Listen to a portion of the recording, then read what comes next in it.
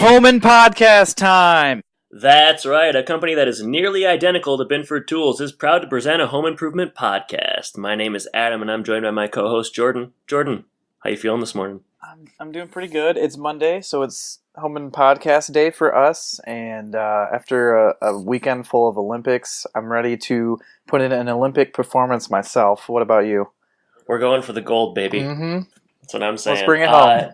Let's do it. Yeah, I'm all moved into my new home here. I got the studio all set up. Hung up my Rondell tapestry right over the bed, and I've got my home improvement box sets all aligned. So I'm ready to go. I'm feeling good about things, and excited to record this morning. Yeah, that's a little creepy that you have a Rondell poster. Is he kind of your idol? You also prey on married women, or? I said tapestry. Oh, tapestry. Sorry. Yeah. Those are probably rare. Yeah, they are. It was it's special ordered. So, things are going good. Did you get into any of the Olympics? You watch anything this weekend? Yeah, I was doing a little bit of traveling, but I caught some of the later stuff in prime time. Watched a little bit of USA basketball. Mm-hmm. Watched lots of swimming. I don't know that I find the basketball to be that fun to watch. No, I mean I paid attention for maybe like the first 10 minutes, and then they're up by 20 or whatever, and then it's just kind of background noise. But right. Beach volleyball, I like watching that. Mm-hmm. Yeah. Swimming, ping pong. I'm just listing the sports that I can think of. I watched a little bit of archery. I watched a little bit of women's gymnastics last night. So just really soaking it all in. It only happens every 4 years. USA. Mm-hmm. USA. Exactly. Are you? Am I right? What has been your favorite thing so far? Historically, I'm not super into the Olympics. I've caught some beach volleyball, and I do kind of like that. Do you like winter or summer better? I like summer better, but Thank goodness. I'm not like, I don't like winter. I think summer is just okay. So I don't want to alienate any viewers here, but it's just never been anything I'm really into, and I know I'm kind of in the minority with that because I feel like everyone else is like gets really excited and tunes in, and for me it's just kind of something I can leave on and sort of walk in and out of the room. So yeah, I mean, if it was more often than 4 years, I think you'd have an issue. Yeah, I think so. But we don't. We don't have one. So let's talk a little bit about an article that I stumbled upon that has some issues with 90 shows. Definitely, yeah. So this is a Bustle article, very much of the era, titled 13 90s shows that would make no sense in the modern day. And it was penned by Sabiana Bowman, and we'll include a link on the WordPress post rather.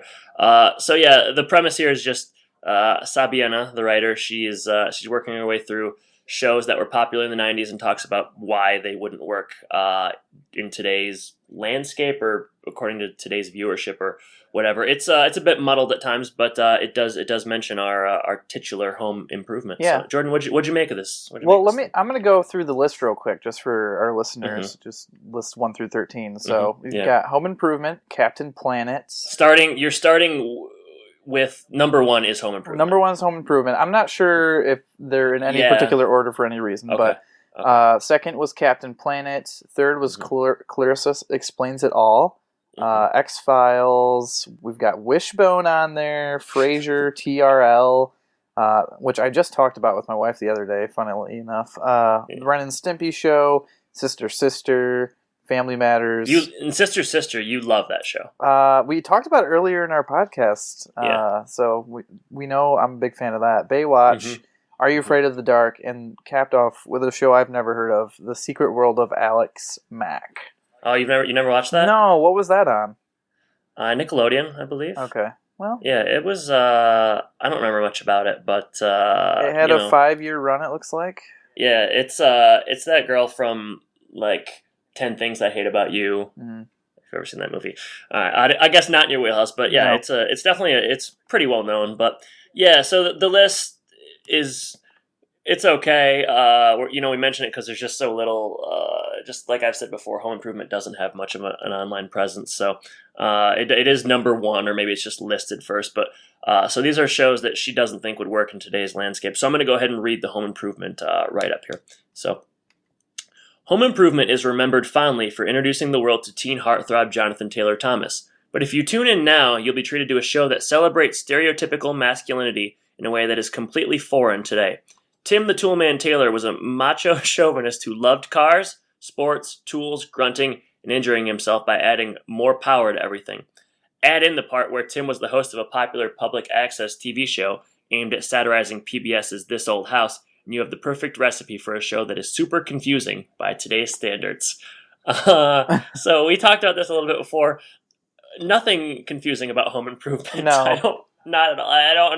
The show within a show thing, I don't think trips anybody else up. So that the writer's kind of on her own there. No, and I think the main thing that she was saying was confusing is that it's like based around a public access TV show. Like, yeah, that there's not very many of those today. But I don't know. I think there probably are some, and you have weirder, smaller things like YouTube channels and shows that are only on Netflix and stuff like that.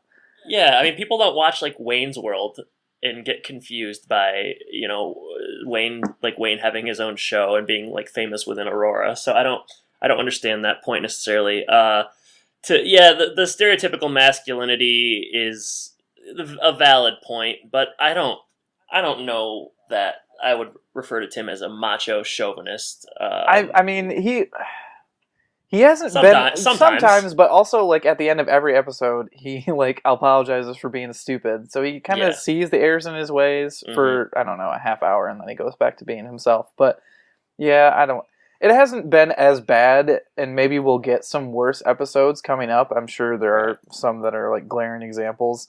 But I think one thing the show does pretty well in parts is it makes Jill a pretty strong character. Besides the fact that she's like doing household chores the whole time, she's funny, and she bounces off of Tim really well. She's getting better, and every episode she seems to get better. Yeah, she has more and more of a voice. So basically, Sabiana Miller, sorry, no dice. You couldn't be more wrong. No, I wasn't surprised. I'm not surprised. No, I'm not surprised it's on there, but perhaps maybe... It was. It's a all due credit to the author. They're interesting choices. I mean, the X-Files being on here, that show just came back and was did really well ratings wise. So of course, all these things are opinion based, but it was. I was. Seemed noteworthy since Home Improvement is, very seldom mentioned on articles like this. So, anything else, Jordan? No, I suppose we shouldn't spend too much time on reliving our Wishbone memories. I missed that dog shooting arrows. What couldn't he do? He was just the right amount of mischief, just a little bit mischievous, kind of similar to a JTT. Sure, and I guess with that... Do you think... let's cue those grunts. What do you say? Yeah, let's do it. Sure, it's all safe to me. Oh, no. Now it's time for Bits of Wisdom. All right, so this week's Bit of Wisdom, as pulled from Tim Allen's Don't Stand Too Close to a Naked Man, comes from the 4th chapter, which is entitled The Eddie Haskell Syndrome. This chapter primarily details Tim's arrest and Tim's time in prison, something I wasn't necessarily sure that this text would tackle. There is a lot about what men do in prison and certain acts that commonly take place, some of them sinister and dark and dreadful. So again, I found myself struggling to find something podcast appropriate, but I think I have, so... This week's Bits of Wisdom is as follows. If life is in fact a river, then you have very few options, all of them very clear. You're in a canoe. You can try to paddle upstream and live in the past, looking backward. Then you're going to hit something, and you'll keep wondering why life keeps hitting you in the back. Or you can fight the current, but face forward, and not get anywhere. Or you can casually go with the flow, and think about pulling over to the side now and then to explore the land, smell the roses. And some people want to go as fast as they possibly can, straight to hell. This has been your bit of wisdom. So at the end of this river, instead of being an ocean, is hell? Yeah. That's great that everyone's river goes the same place. Those are the options. You can choose whatever one you like, but those are the four things that you can do. As a struggling canoeer myself, I guess I understand some of those analogies. Do you think of life as being a river, don't you? Never really thought about that until this moment, but I suppose it's an interesting metaphor. Yeah. Something that is constantly traveling, whether you like it or not. And I've actually just found something else I'd like to read. So, okay. Continuing on, this is sort of improvised, but Tim's talking about prison. He says, "I met a guy in prison at one of these groups who summed it up best. The greatest missile in the world is useless," he said, "unless it's targeted. A torpedo is adrift unless it has someplace to go. An arrow is pointless unless it hits something." I understand the arrow part. I mean, if you have the most powerful missile in the world, it could probably hurt a lot of people, whether it hits its target or not. It's just a chapter of various kind of metaphors being sandwiched together. So Tim was feeling particularly contemplative when he wrote this chapter, and I think reflecting back on prison will do that to a man. Sure, I can see it. So. I guess since we're in the reflecting mode, would you like to reflect on episode 9, Bubble Bubble, Toil and Trouble? No, not really. That's not why we're here. No, I don't. I've watched it twice, and I'm not sure I'm real interested in talking about it. Yeah, it's definitely not as good as the last couple episodes that we've covered. Nothing more than feelings, and gosh, I can't think of what the last one was called. Flying Sauces. Yes. But we watched it nonetheless, and we've got some things to say about it. So let's go ahead and get into the episode details. So we do. So Bubble Bubble, Toil and Trouble, written by Susan Estelle Jansen, who has written episodes that we've covered in the past. Which ones, I can't necessarily say, but she has. And it debuted November 19th, 1991. All right, so I'll go ahead and jump into the plot synopsis here by Tony Topola. And it's shorter this time, so a little bit easier for us to manage. Jill mentions the need for another sink in the bathroom. Big mistake. And Tim promises to add 1 plus a whirlpool and anything else Jill might want. Tim decides to make a Tool Time special about a bathroom redo at his home because that's the way the show will cover much of the cost. Of course, things don't go as smoothly as planned. That's my take on it. So, and that's what's going to happen. So let's go ahead and jump into the episode and detail a little bit more about it. The show opens with Mark and Tim in said bathroom. They are shaving. Tim with a real razor, and I hope Mark is not using a razor. But Tim is teaching Mark how to shave against the grain, and of course Mark doesn't have any grain. And then I thought it was good how Mark tries to shave his lips off. So he's got a lot to learn. It's I hate to deter people from listening, but this is the best scene in the episode, probably. Oh no! I know it's really too bad. It pains me to say it, but yeah, this is another one of many examples of Tim and Mark kind of bonding. Mm-hmm. So that they're up there, and Tim is teaching Mark how to shave. Mark's pretty young to be learning to shave. If it's a real razor, his dad does. Yeah, I guess so. Yeah, I hope it's not a real razor. If it is, I'm worried for him. But yeah. But the bathroom quickly becomes a gathering place because Brad runs up there, going through his mom's stuff, looking for a hairbrush for his unruly hair. And apparently he's got somewhat of a girlfriend now, or a little bit of a love interest for the young Jennifer Brad. Starsky. Oh yeah, strong name. That's a real strong name. It sure is. That was one of the highlights of the episode for me. Just that name. Just the name. And so Randy comes up there with him, and Randy, he does what he does, and he's mixing it up. And this time he's picking on Brad instead of Mark, so that's kind of a nice change for Mark. It's so painfully obvious that Randy is jealous. Oh, is it? Yeah, the whole episode. Yeah, definitely. He's jealous. He's afraid he's going to lose his older brother to this girl, so he's really ragging on him. The whole episode, he's kind of terrorizing him. I guess I didn't think too much about that, but sure, I could see it. Think about it now.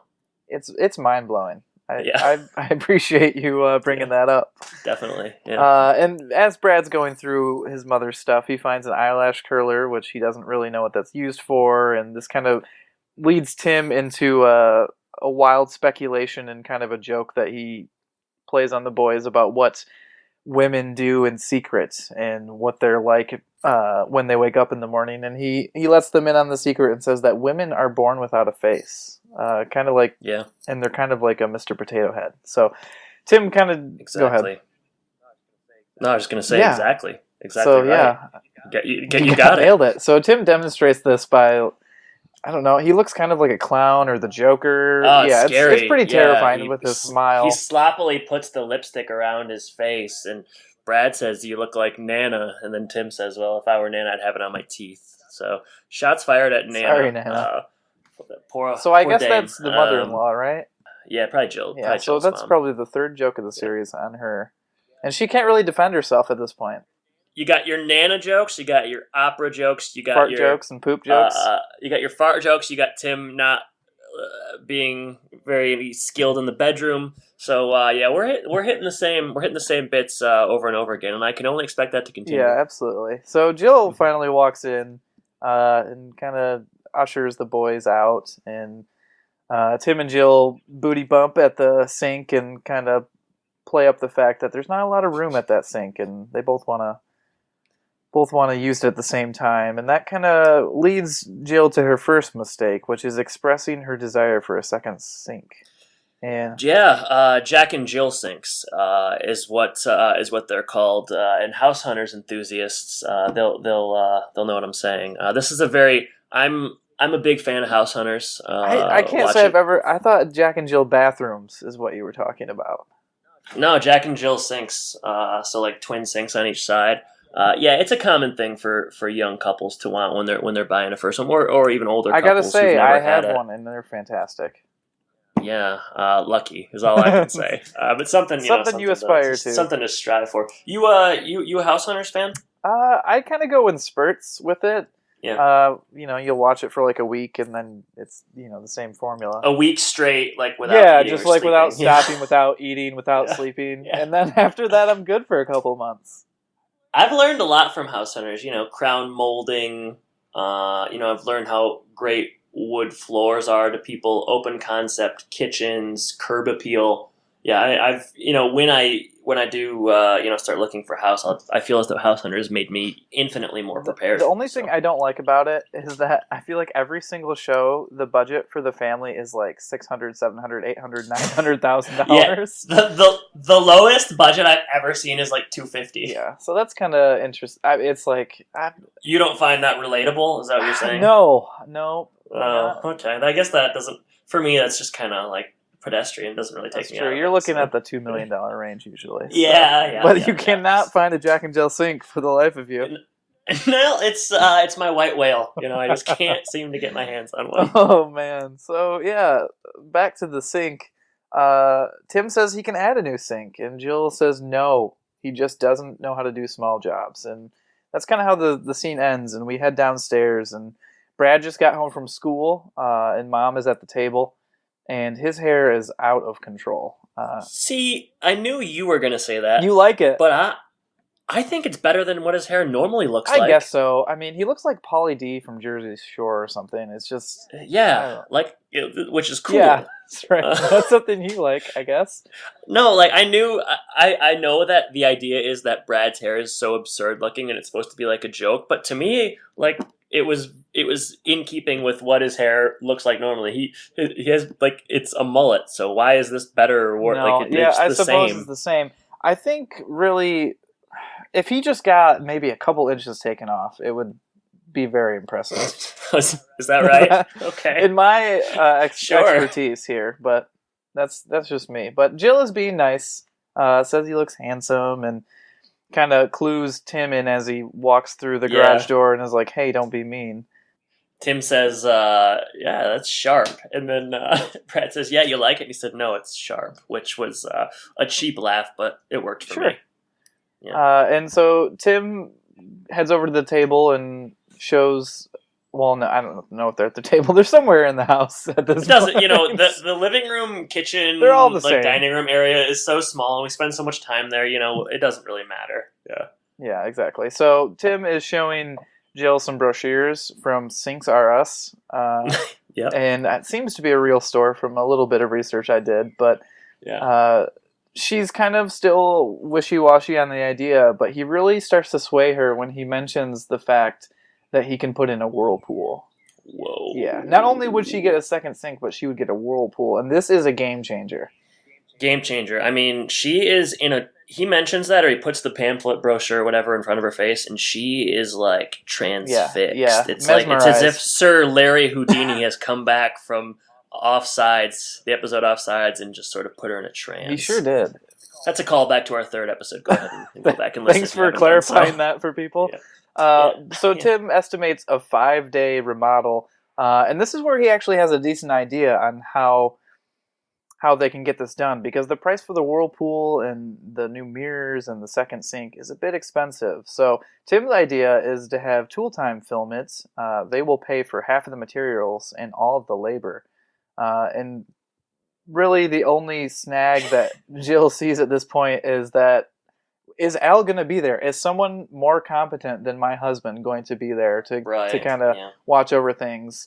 And once Tim confirms that, she's on board and she is ready to go. Yeah, this seems really unethical to me. Go on.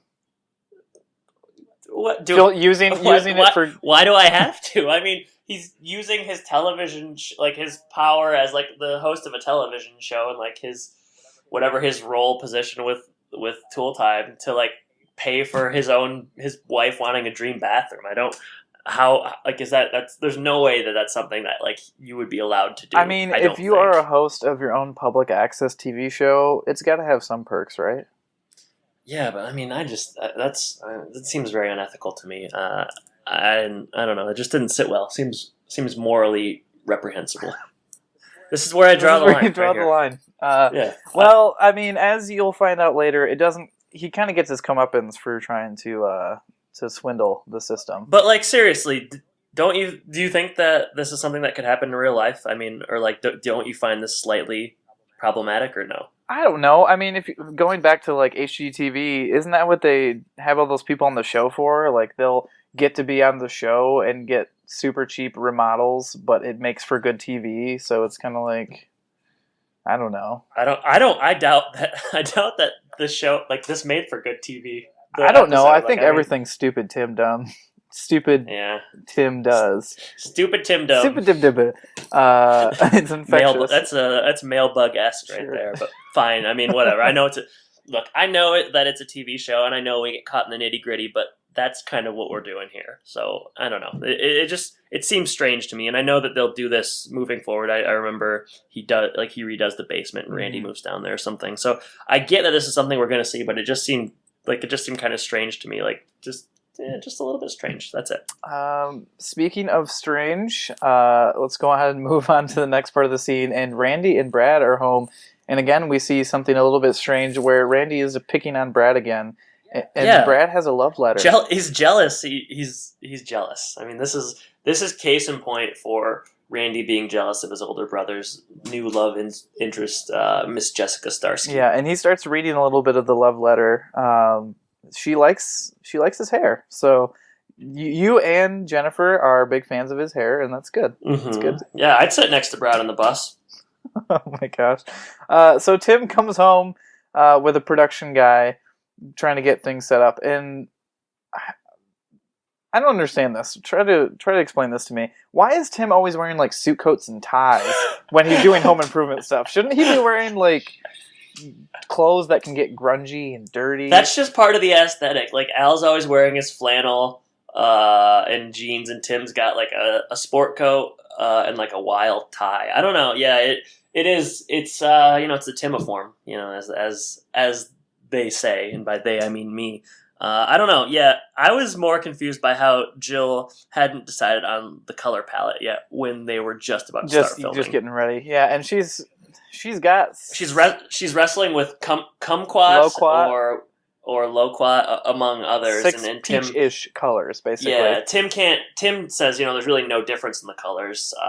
Jill, of course, insists that there is. Al enters, and immediately Jill seeks out Al for help and guidance. And, he is knowledgeable on the colors, and he's happy to help, which, of course, upsets Tim. Yeah, so he describes their hues. He says, I think the loquat is sunnier, yet understated in a non-threatening way. Which the crowd likes. So it just kind of, again, reinforces Al's competency and Tim's lack thereof. So let's go ahead and move upstairs. You see Tool Time is starting to film in this very 90s home. And while the camera's on, he, introduces Jill, and she's not ready for it and is very shocked and, Yeah, she's bent over, and, what was she holding? I didn't pay enough attention to see that part. Okay. All right. Well, then never mind. Because I thought she was holding something very specific. I don't. What did you think she was holding? Feminine pads. I'm gonna have to, I guess, double check. It's possible. Okay. If so, that's just it's a very intricate, specific joke for Home Improvement to be making. Maybe I'm wrong. And but if it is, shouldn't those be in the bathroom? Why would those? I don't know. I'm confused. Yeah, whatever. Okay. And then Al was introduced with a poop joke, howdy doody. And yes. The third part of the crew is going to be Master Plumber Felix, and he's there to assist with all plumbing needs. I got a little bit of information let's on talk Felix. about So Felix. It's Felix Myman, played by Al Fan. 106 credits to his name. He appears in 6 episodes of Home Improvement. I did not remember him, but you said that you did. He has appeared in another one of, again, Jordan's favorite shows, Second Mention, Sister's Sister, kind of beloved by my co-host. He was in Frasier, several shows in the 90s. He's kind of part of the Larry David universe. He appeared in Seinfeld, 2 episodes as a judge. He was in the much maligned Michael Richards show, which I've never seen but intend to watch sometime. And then an episode of Curb Your Enthusiasm. Probably one of my favorite episodes of Curb Your Enthusiasm, Crazy Eye Killa. He plays Wanda's father. Also appeared in films such as The French Connection and The Fisher King. So what'd you make of Felix? Kind of a forgettable he doesn't have a lot of role. lines. I think maybe the reason I remember him is maybe he has some bigger cameos in future episodes, but I did definitely remember him. But in this episode, he just is kind of there to embarrass Tim and move the plot along. So not too much for him in this episode. Tim does enough to embarrass himself. Yeah, he doesn't need any help, but Felix is game to help. So Tim has to do some demo to replace the pipes. I think he wants to put in new copper. And instead of using a electrical saw that Al advises for a more precise cut, he wants to bring in a 20-pound sledgehammer. Oh, and man, did that 20-pound sledge get some laughs. Oh, man. So, oh, baby. Yeah, just your classic having too much power for the job at hand. And I gotta say, I hate this kind of joke. Yeah? What rubbed you the wrong way? It's just so telegraphed. I guess, I understand that this is the show, but I've seen the show do better things than this. So, when Al says, Tim, use this saw, and Tim pulls out a 20-pound sledgehammer, and Al says, don't go through the wall, and then he does right away. I honestly... I'm already tired of seeing this. I honestly prefer the fart jokes, so I don't know. Yeah, me too. I'm just tired of seeing these pratfalls where Al says something, Tim says no, and I know the studio audience loves it. Hey, don't get me wrong. If I were there in person, I'm sure it would play really well.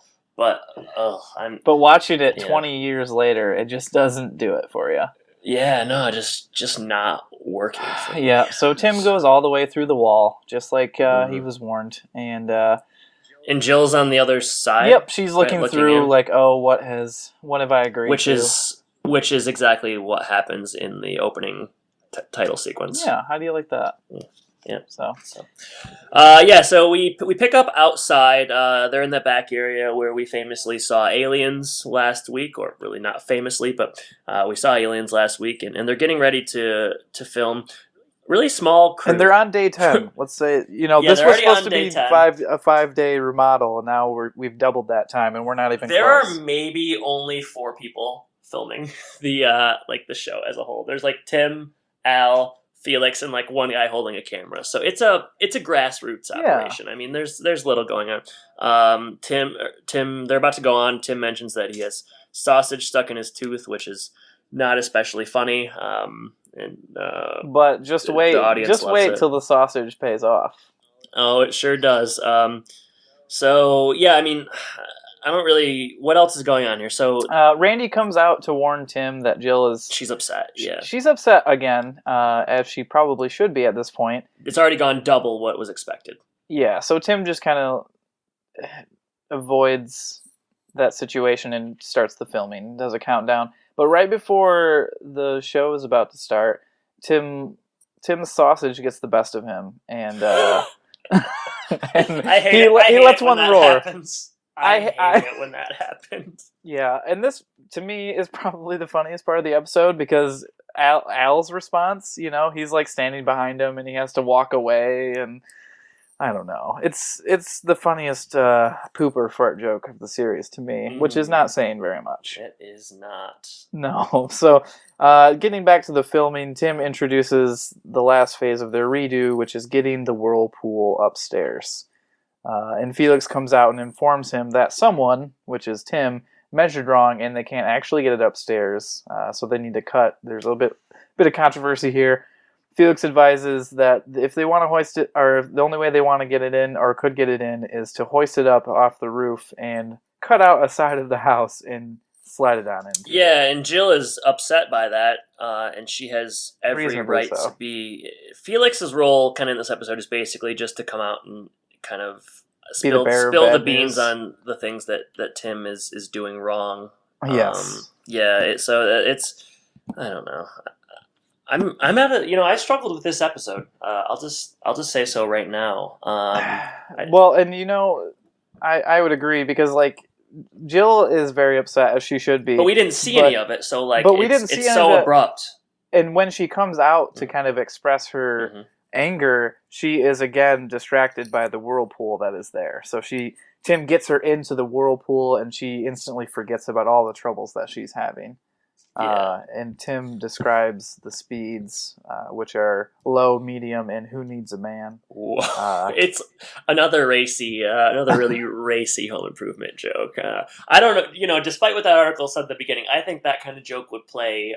It doesn't matter what, 1,000 years in the future, that whirlpool joke is going to kill. So we cut to day 17, is it? Yep. I believe 17. Yep. So a week later. 12 days later or longer than it was supposed to last, and we are in the kitchen, and basically just more problems have arisen. I guess Wilson is helping out. They're bringing hose into the house because the water has been cut. Turned off. Water's been turned off. I don't think they have heat.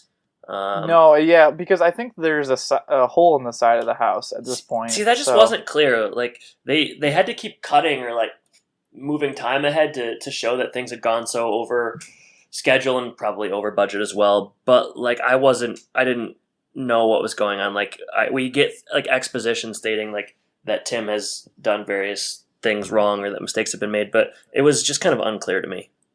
Yeah, you could have probably done without that part, but they're wearing a bunch of like scarves and gloves. She's got a stocking hat on. Tim's wearing a vest, which we've seen before. I noticed. I don't remember which episode, but it was a familiar vest. And there's problems, but there's light at the end of the tunnel because Brad is expecting Jennifer Sudarsky to call before school. And this was my favorite scene in the episode. Yeah, that was good. It was good. And did you see what Brad's wearing, by the way? No, what was it? He has a zip-up jacket over his robe, and it's like zipped up. I don't want robe life. Yeah, I've seen 3 robes in this episode. Really? So you haven't, with your past experiences wearing robes, like that's something you have kind of an eye for. Well, and since I've noticed it, Are you resident robe expert of Home and Podcast? I mean, out of the two of us, I think there's no competition here. No competition. So Brad is expecting a call from Jennifer Sudarsky. Tim and Brad kind of talk about it. First call from a girl. It's kind of a rite of passage. And this was like a good scene. This is good acting by Brad. It's not doing too much. No. So Jennifer Sudarski calls, and basically Brad says 3 words, and he looks like he's got this classic like deer in the headlights look. He's terrified, and he's just like you can hear her talking, and his hands are shaking. Yeah, and he just this blank stare, the 1,000-yard stare. And he just says like yes a couple. He says hello. Yeah. Sure and bye. Yeah, and come to find out, she's gonna sit by him on the bus in the morning. Yeah, so there's a little bit of a celebration there. So good for Brad. Big day for Brad. Yeah. Big day. When I tell my Brad story, weeks in the future, the time that I met Zachary Ty Bryan, you better believe that this is going to come up again. Yeah, I got to say, a couple people have been asking about that story, and they're looking forward to it. I find that hard to believe. Well, I don't lie to you, right. But we're waiting on it. All I'm right. waiting on it myself. So. Maybe after episode 10 or 15 or one of our big ones. Maybe it'll be the season finale. That's maybe we gotta get there first. We've got a lot of episodes like this to work our way through. And the only way to get there is to continue through this one. So let's go ahead and do that. Go ahead. Jill comes down after this phone call, and we're learning that the water's turned off upstairs. Tim busted a water main. Felix comes in and kind of lets the cat out of the bag there, and there was a geyser in their yard that was flooding, and then also they had to turn off the gas because they weren't sure if Tim had hit that as well. So Jill can't even warm up the water coming out of the hose, and Jill has had enough. She's at this mad. point. She's mad. She gets out of Dodge. She stays at a hotel. She takes the boys. Overreaction? No. I mean, I don't know how long they've been living like this, but presumably a few days. And I think about the time a couple years ago before we moved to Florida in Michigan when we lost power and it was just freezing. Like it was negatives. It was like -20 and it was after that ice storm. We had no heat for like 2 weeks, and the only way we could really warm up was either to drive like a half hour to a friend's house, or I went to my work. I took my wife to work with me one day because she was on break, and she just hung out there because it was so cold. Well, it was also take your wife to work day. Yeah, the very popular take your wife. Yeah, so it was a good day. But like we had to pack for Florida because we were going on a trip, and we had to do it in the dark and all this kind of stuff. And that's just so you get it, is what you're saying. I get it. I feel for Jill here, and I don't blame her for wanting to be a little bit. This is where I think the episode fails because we've only seen her mad for 10 seconds, and it's easily remedied by the whirlpool. So this is where the episode fails, because to me when she left, it was like, whoa, Jill, relax, take it easy, right. give the guy some more time. But I guess you're right. If it has been as long and as arduous as she seems to think, then yeah, she had every right to leave. But for me, it was very muddled. 22 minutes, 23 minutes is it's tough to cover 3 weeks, I would say. Yeah. So. But that's kind of how that scene ends. Right? Yeah. That's basically it. Out. Jill storms out. We get Wilson here, and we didn't see Wilson last week, and I got to say it was good to have him back. Wilson is he's out there checking the expanded universe. Wilson, Tim asks Wilson if he can talk to him. Wilson says, I got your boosters, Tim, come in for a landing. At this point in the episode, I was so ready for a laugh that I was just tickled to have heard that. So, and he did you mention that he's looking with a telescope? Yeah, I should say he's looking at a telescope. It's the nighttime after Jill's left. I'd say let's go ahead and play our first clip of the episode here. I did it this time. Jill took the kids, left me, and went to a motel with them. I don't know what gets into me. This started out as a simple project. I'm gonna replace a sink. Then I had 2 sinks. I rip out the wall, boom, bang. I got pipes everywhere, water flowing out. I got water main shut off. I can't stop this. Well, Tim, you're probably just responding to the visceral male urge to create. Visceral? Visceral? Let's just say gut need. Yeah, that's exactly what it feels like. It's a visceral gut thing. I like to create, Wilson. Everything I do, I want to make bigger and better. Well, Tim, this obsessive desire to create partly happens because men feel inferior to women. It's because we can't bear children. I don't mind the boys that much.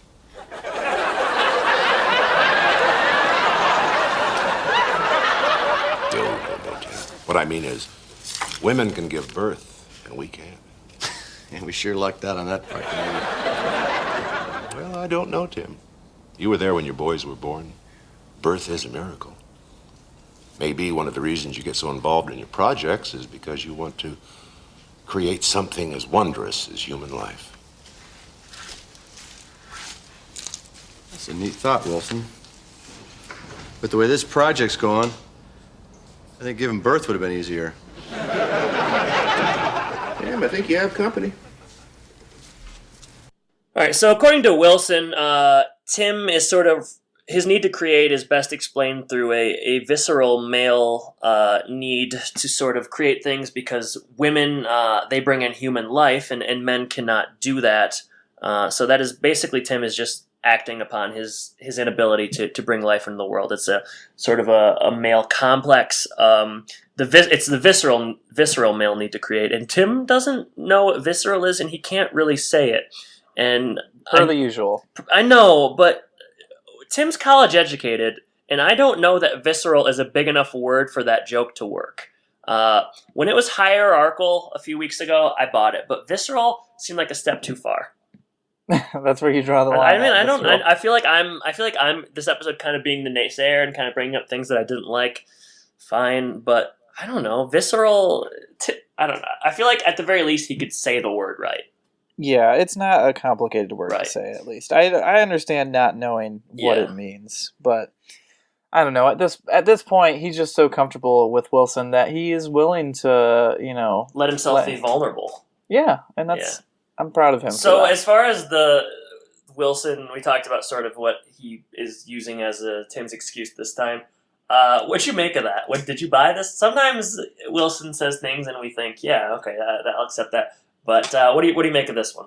Gosh, I can't say that I have felt the same need in my life. Like, I enjoy creating things. That's one reason why we do this podcast. And I like writing. It's hard to think of like us doing this podcast as like creating or doing something of substance, but I suppose you're right. Well, to me, it means something. Right. So, but yeah, I certainly don't feel like I'm doing it in response to women being able to get pregnant. So, but hey, I mean, what are your thoughts? Oh, I don't know. I guess I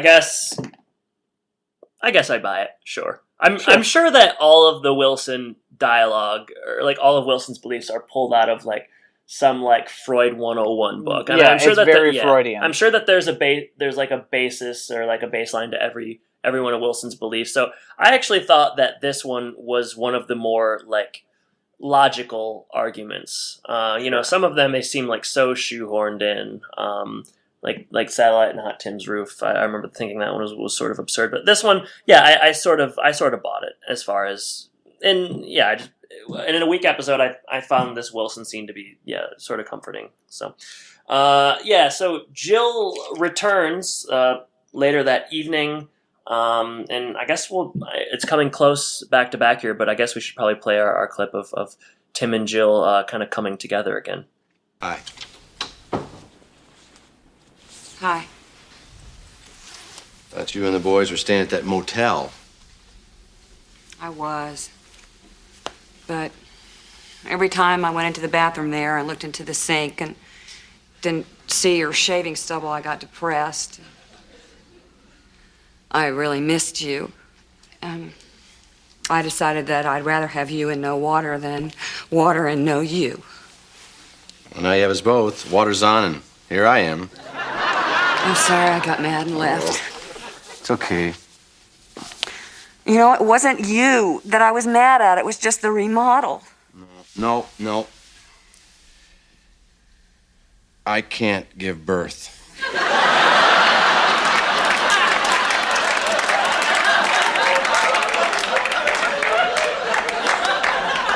It's a problem in my gut with a visceral thing, and it's really, really hard to explain. Don't try. Want to see your new bathroom? Is it finished?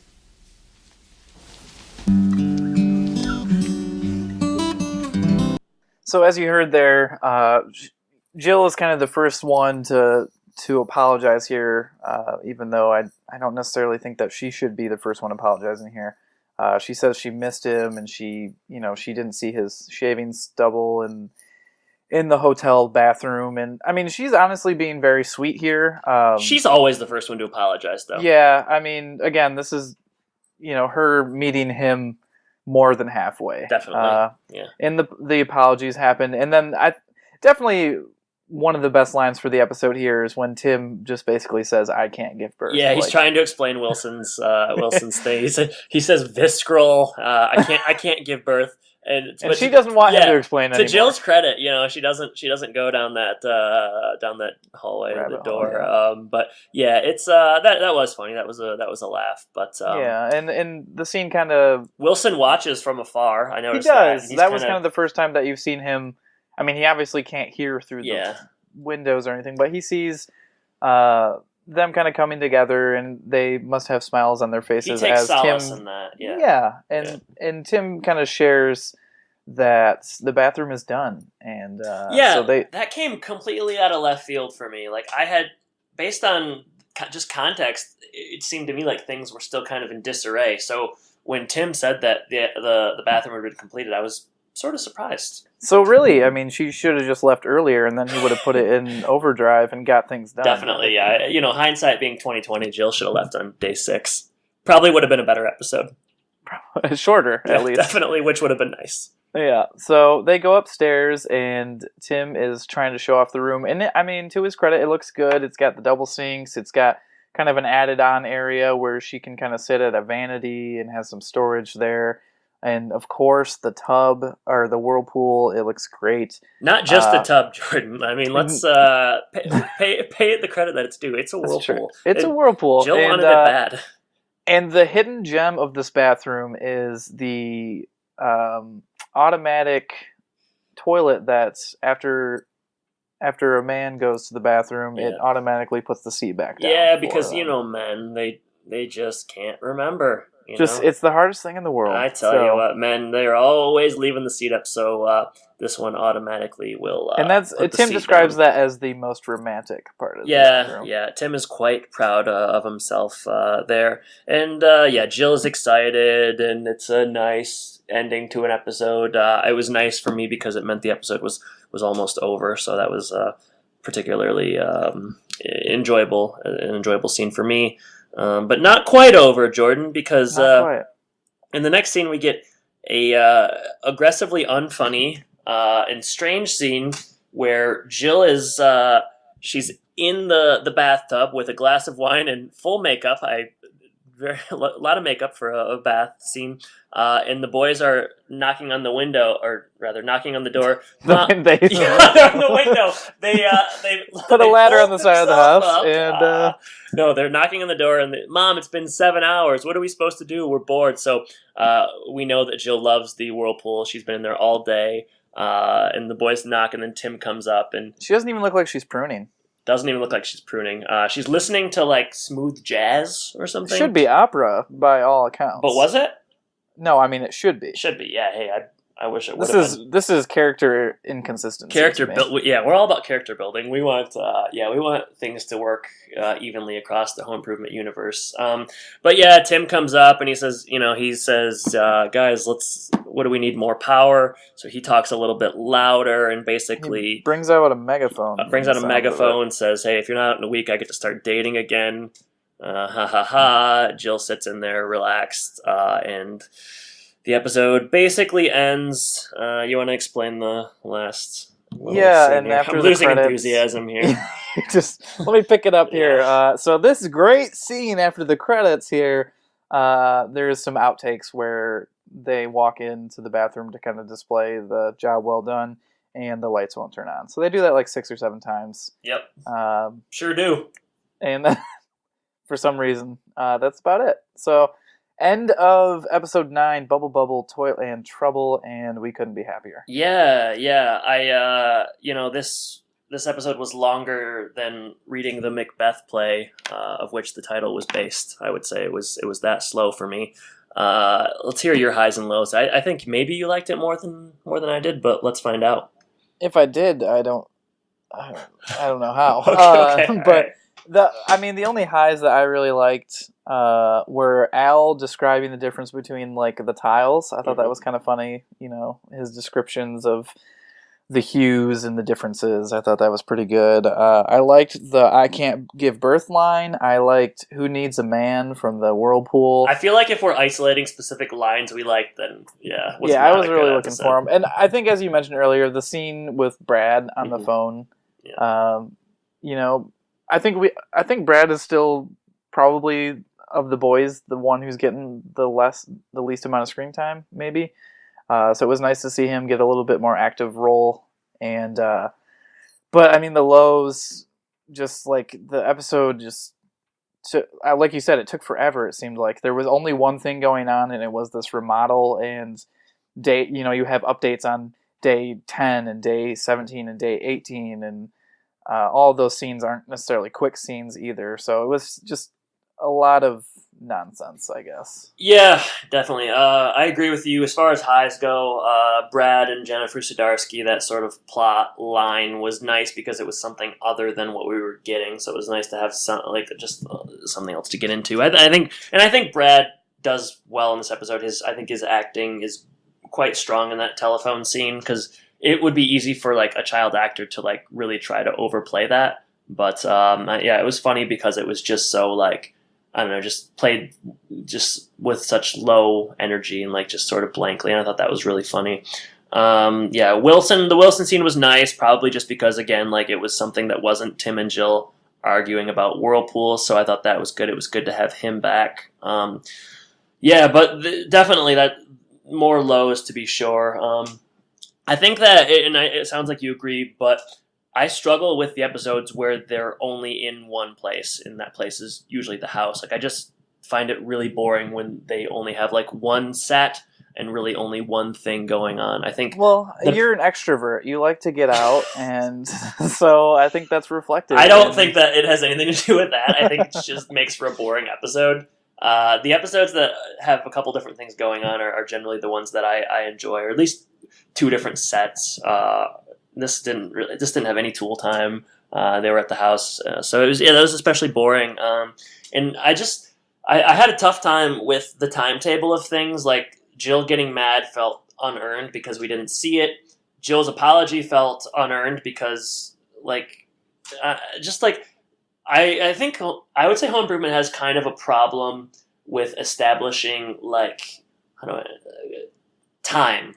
Right? Like, you never know if something's happening the next day, or if it's been a couple days, or if it's the day of. And even though they had day 17, day 10, whatever, like, I still felt like things just didn't seem quite right, because what the time that was in the episode wasn't necessarily showing on screen. So, like, people being mad and people being upset, or, like, I don't know, it felt very confusing and muddled to me.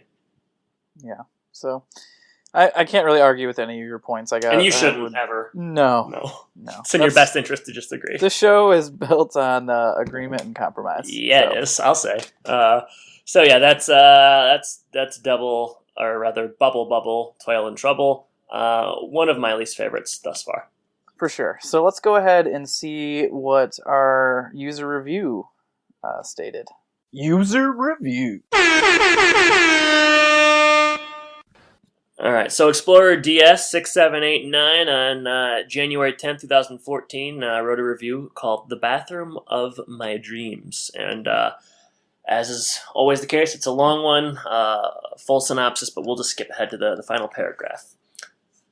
First episode to feature a tool-time remote at the house, and the first time Tim remodels a room. There's a similar episode in Season 3 where he remodels their closet, and it's every bit as awesome as the bathroom in this episode. Doesn't it look like something right out of Macy's? I'd say the holes in the wall were worth it. This was also the first time and probably only time that Jill leaves Tim over something like this. Not leave as in separation, but as in leave the house and stay somewhere else. And with the kids too. I guess she wasn't used to this sort of thing yet. I definitely recommend Bubble Bubble Toil and Trouble. It's funny, it's touching, it's thrilling. It's something we all wish we could put in our homes. I would like to know what is thrilling about that. 8 out of 10 stars. Yeah, thrilling, touching, funny. I didn't get any of that. Yeah, and I don't.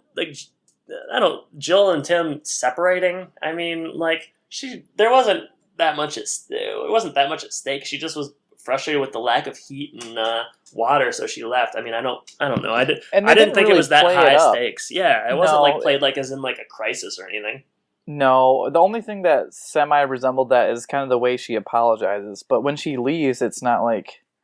I don't know. There, like you said, it seemed like there were so many things happening off-screen in that episode that it just didn't have the impact that it might have for us. Definitely. So, Explorer DS with the user review. We're going to agree to disagree. Yeah. I guess I just didn't get the thrilling aspects of the episode. And I'm not going to watch again and try to find out. So No. So, social media roundup. Let's chat about a couple of things that we've had going on. Yeah, definitely. We recently got another review on iTunes, which was nice. I'll go ahead and read that. It says, this is by Scrawny Dave 08. And Home Podcast offers first-in-class character analysis and an appropriate amount of jokes. When you hear a new Home Podcast episode has been posted, warn a brother.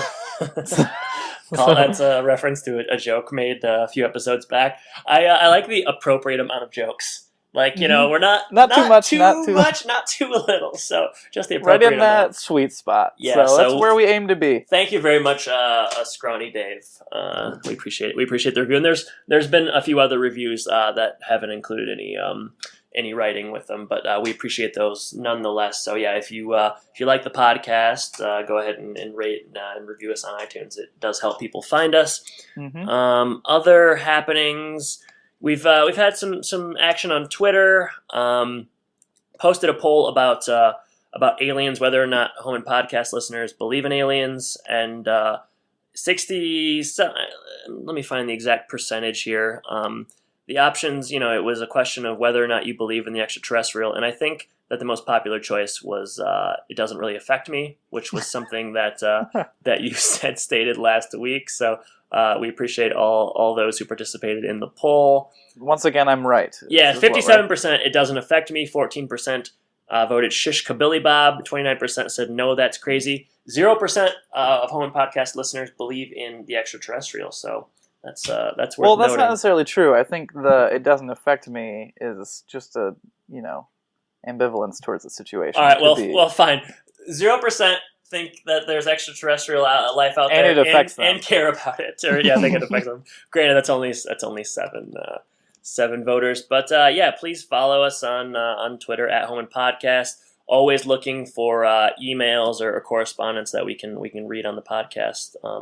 So yeah, and if Twitter isn't your thing, like us on Facebook, Home and Podcast. We are available via Gmail, homeandpodcast@gmail.com. And I think that about covers it. Jordan, is there anything I'm forgetting? Yeah, and you can always comment on the blog, homeandpodcast.wordpress.com. Yes, and your mother commented again on the episode. Very nice. Continues to be one of the more active members of our community. Yeah, and I continue. So we appreciate that. I continue to be very jealous because I don't suspect that any one of my immediate family is listening. So, and when I say don't suspect, I mean I know they're not. So. Reasonably sure. Yeah, I'm reasonably sure. But we appreciate your mother supporting the podcast and commenting. So, yeah, and that brings us to the closing. And you're gonna want to know if I have a question for you. I suspect. Boy, do I! It's what I've been waiting for the whole episode. Yeah. So let me come up with one right here. What do we have?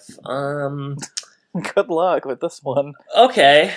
All right. Yeah. This is a little out of left field. So, Bubble Bubble Toil and Trouble reminded me of an Olsen Twins movie that I remember watching when I was little called Double Double Toil and Trouble. And they are like teenage witches or like adolescent witches. And I guess I just want to know kind of what your perception is of the Olsen Twins. What do you think of them? What do you make of them? Boy, I do remember watching Billboard Dad when I was younger. That was a good one. And do you remember they had like the adventures of Mary Kate and Ashley, and they were like, I don't know, like amateur Sherlock detectives. Yeah. So I guess I must have liked him enough to own 2 of those. You own them? I remember having at least one video, like VHS of it. So all right. Maybe it was more of like I thought they were attractive as a young boy. Okay, well, since sort of a Brad and Jennifer situation. Jennifer Zdarsky, yeah. Well, since you're sharing, I'll go ahead and say that I was actually a member of the Mary-Kate and Ashley fan club. Whoa! And I wasn't You sure. You almost gave me crap for owning a VHS. Well, that was. If Wilson were here, he'd say it was just kind of a masculine instinct. Sure. But no, since you kind of shared and made yourself, I'm vulnerable. Vulnerable. Second time this episode. I was a member of the Mary-Kate and Ashley fan club. I don't really know why. I think I liked their movies, and it meant every birthday I got a card in the mail, and every Christmas I got a card as well. And, some Mary-Kate and Ashley swag as well. So you better believe that my dad was kind of unsure as to what to make of that when I was young. But, all's well. So I was a fan club member, though. And I'm kind of surprised you should have joined if you had a couple VHS tapes. Yeah, I guess I didn't know that was an option. If I had known, if you and I would have known each other when we were that young, I think. Yeah, we'd have been president and vice president. Absolutely. Yeah. At least I would have been treasurer. At the very least, because you're just very responsible with money. So, and I actually recently I was in the move that we've mentioned before. I found an old poster, a Mary-Kate and Ashley poster, really big, much too big that I ended up tossing out. But had I have known, I would have forged their signatures and sent it to you. But hindsight being 20/20, so I would say I don't know, maybe like 2 or 3 years ago, a friend and I watched Billboard Dad again for some memory trip down memory lane. Yeah, I've never seen Billboard Dad. I know the premise though. Yeah, I mean the main guy that they're after is very much like as one of our health teacher would have said, a rude dude. Oh really? Yeah. Oh yeah. He's got dyed hair and is a fake rebel, but it really drives those girls up the wall. Yeah, rightfully so. Mm-hmm. Man, all right, well, cool. Cool. Thanks for talking. And on just that, another great podcast here. We're bringing it to a close here. So on that note, want to thank everyone for listening, making it through the episode. All right, next week on Home Podcast, we are covering what episode, Jordan? Reach out and teach someone. Yeah, that is the title. Thank you for saying it correctly. We had to cut out a couple of bloopers there, but reading is harder than you would think. Yeah, it's not always easy here, but so we'll look forward to covering that, and we want to thank everyone for listening. And Jordan, it's been a pleasure talking to you this morning. Absolutely. Talk to you soon. All right, take care.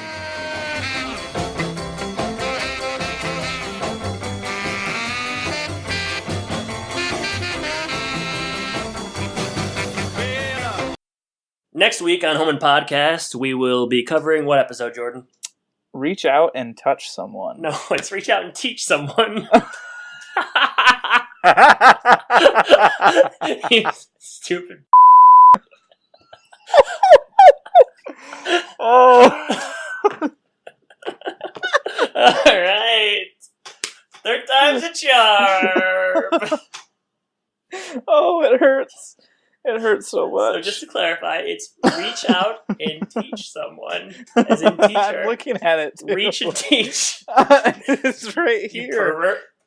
I was reading it, and I said the wrong word. All right. Here we go. You're going to have to give me a minute here. All right, I'll give you a minute. Okay, go ahead.